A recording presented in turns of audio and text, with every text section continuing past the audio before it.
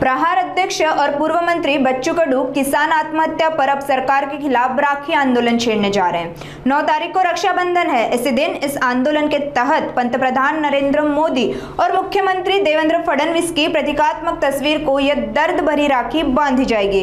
इसकी जानकारी खुद बच्चू कडू ने मुंबई में पत्रकारों से बात करते हुए दी।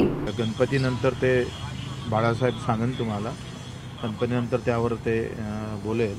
परंतु मला असं वाटतं का आता आमचं 9 तारखेला रक्षाबंधन आहे। आम्ही वेदनेची राखी बांधणार आहोत सरकारला, मोदी साहेबांना आणि देवेंद्रजीला। त्यांचे मुखवटे लावून सगळ्या आत्महत्याग्रस्त महिला 9 तारखेला वेदनेची राखी त्यांच्या हाताले बांधू।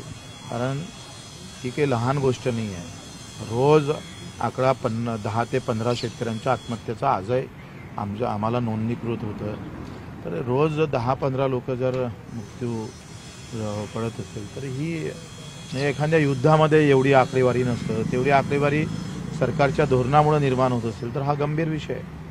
आणि म्हणून ते राखी आम्ही 9 तारखेचं राखीचं आंदोलन झालं की आम्ही 10ला प्रेस घेऊन सांगू।